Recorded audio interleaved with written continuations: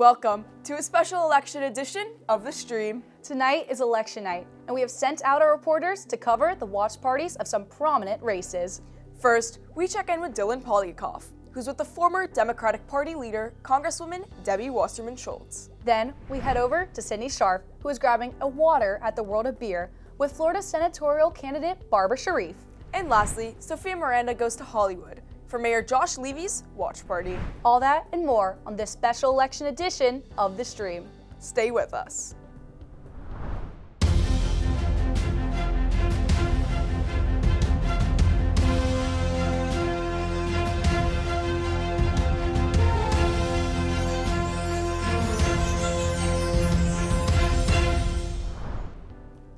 I'm Alessandra Shires. And I'm Peyton Green. Our first story follows a lifelong political leader who's made some major strides on behalf of women in Washington. I remember feeling inspired by Debbie Wasserman Schultz when I was in 7th grade giving a presentation on her. Dylan Polikoff is at Wonder Bar in Davie to tell us more. Thank you, Peyton.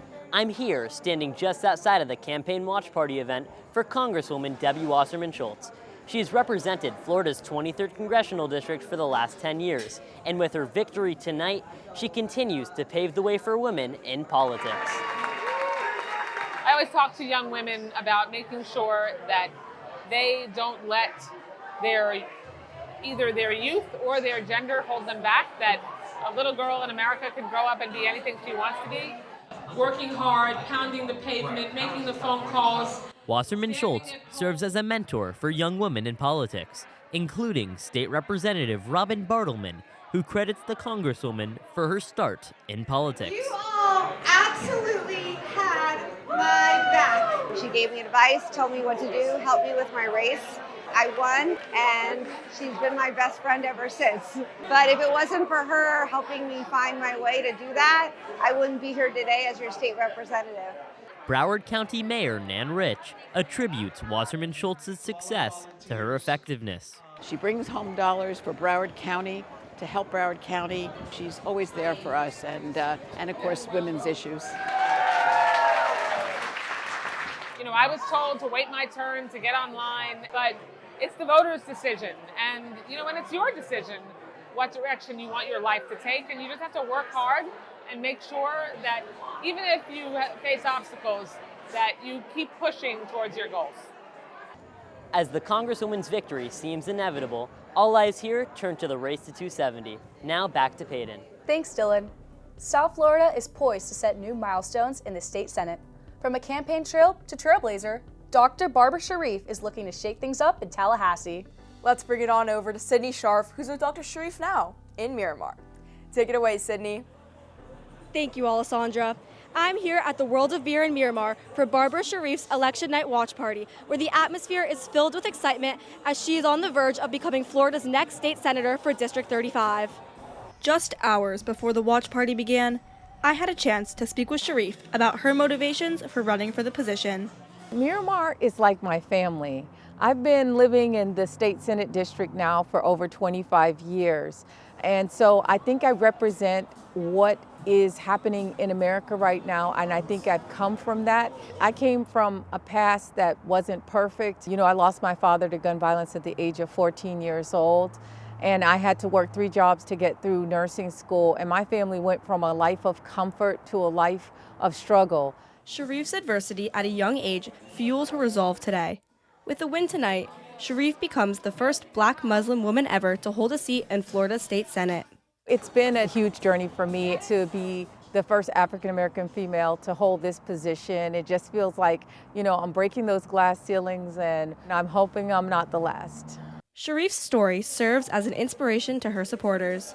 Your dreams are possible, right? You can have this dream that seems exponentially large and unattainable, and then you look up and you see someone like her, and she's doing all these really incredible things that have a national platform and spotlight. Now, after over 14 years of local public service, Sharif will continue to focus on making the voices of her community heard throughout the state.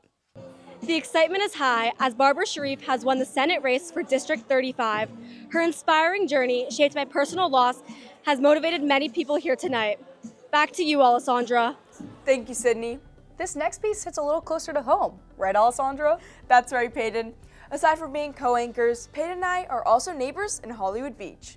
Sophia Miranda brings us to Mayor Josh Levy's election party in downtown Hollywood. Thank you, Alessandra. We are here at Josh Levy's re-election watch party at Villa Romana. There are people starting to come in. The restaurant is becoming much more lively as we anticipate to see if Josh Levy will come back for his 4th term as mayor. It feels amazing to have the trust of your community after you put in 8 years of work. To have such a strong win today is really a testament, I think, to people's appreciation of the work we've been doing. When it came to securing a 3rd term, Levy turned to former mayor Peter Bober to be his campaign manager. Having campaigned for mayor many times myself and as a city commissioner, it requires a lot of components. First, you have to really be on the street, you have to be knocking on doors, you have to be knocking on businesses, you have to be meeting people. So Josh has been doing those things for a while, so he's a familiar name to people, so he's not just having to say, vote for me now. People are familiar with him and his record. Levy isn't just a political leader. He's a familiar face in the community. I first met Josh in a very social setting on the beach working out, and I was new to the area and didn't really know that he was the mayor, and that was the first thing that I loved about him is he's out in the community, a part of the community, and then I started realizing that he was one of those amazing elected officials and a mayor that is involved and cares about his community and wants actual feedback from his constituents. But now that he's been officially re-elected, Levy's work is far from over. Congratulations to you, Mayor Levy. Back to you, Alessandra. You know, Peyton, I'm really disappointed that I don't turn 18 for another month and have to wait 4 more years to exercise my right to vote. Just because you can't vote yet doesn't mean you can't start looking for the qualities that you find most important in a representative. Definitely, Peyton. And our own Max Brader actually went out to ask his peers what they look for in a candidate. Let's see what our own student body had to say.